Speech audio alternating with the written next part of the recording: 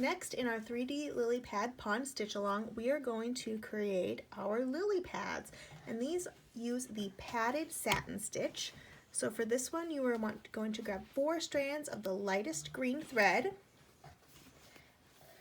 and with this one, we want to fill in our lily pad, and then we are going to cover it up with the satin stitch. So basically, we just want some kind of stitch that's going to act as a padding underneath this.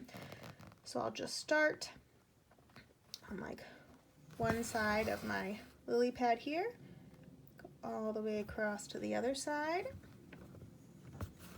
Yep. Go. Making a nice straight satin stitch to start with. And we're just going to fill in this shape.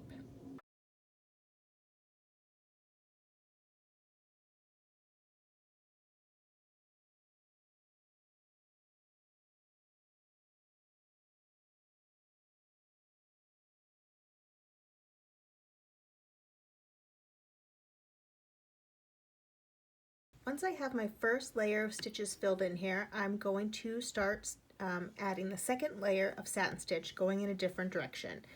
So over here I went from the right side to the left side. Now I'm going to start on the right and go upwards in a diagonal, following that bottom line of my lily pad here.